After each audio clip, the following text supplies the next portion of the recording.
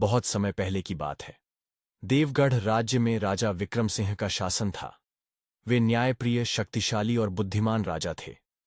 उनकी वीरता की कहानियां दूर दूर तक फैली थीं। लेकिन एक दिन उनके जीवन में ऐसी घटना घटी जिसने पूरे राज्य को भय और रहस्य में डाल दिया। एक रात राजमहल के द्वार पर एक अजनबी ने दस्तक दी। उसके हाथ में एक बड़ा सुनहरा दर्पण था।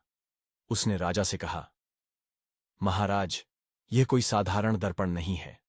इसमें भविष्य की झलक दिखाई देती है, लेकिन इसे संभालना हर किसी के बस की बात नहीं।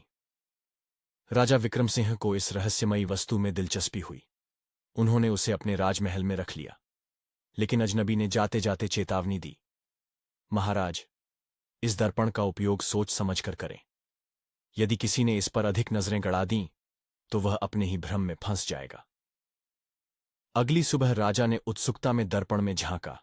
उन्हें उसमें अपनी सेना की हार का दृश्य दिखाई दिया। वे घबरा गए और तुरंत मंत्रियों को बुलाकर राज्य की सुरक्षा बढ़ाने का आदेश दिया। कुछ दिनों बाद दुश्मन राजा ने सच में आक्रमण किया, लेकिन विक्रम सिंह पहले से तैयार थे और जीत गए। अब राजा को यकीन हो गया कि यह दर्पण सच दिखाता है। वे रोज उसमें झांकने लगे। एक दिन उन्होंने देखा कि उनके सबसे प्रिय मंत्री चंद्रसेन उन्हें धोखा दे रहे हैं। उन्होंने क्रोध में आकर मंत्री को कारागार में डलवा दिया। धीरे धीरे राजा का व्यवहार बदलने लगा। वे हर बात के लिए दर्पण पर निर्भर रहने लगे। उनका विश्वास अपने लोगों पर कम होने लगा और वे अधिक चिंतित रहने लगे। एक दिन राजमहल की राजकुमारी विद्या ने राजा को चेताया, पिताजी, क्या यह संभव नहीं कि यह दर्पण हमें जो दिखा रहा है वह सत्य न हो? क्या यह हमें भ्रम में डालने का षड्यंत्र हो सकता है? राजा को यह बात चुभी, लेकिन उन्होंने इसे नजरअंदाज किया।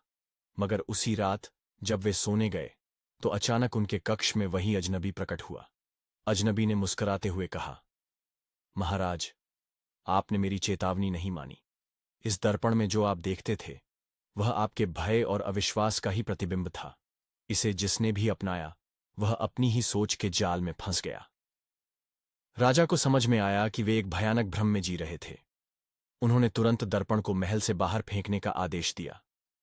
लेकिन जैसे ही दर्पण धरती पर गिरा, एक तेज विस्फोट हुआ और महल में अंधेरा छा गया। जब रोशनी लौटी तो दर्पण और वह अजनबी दोनों गायब हो चुके थे।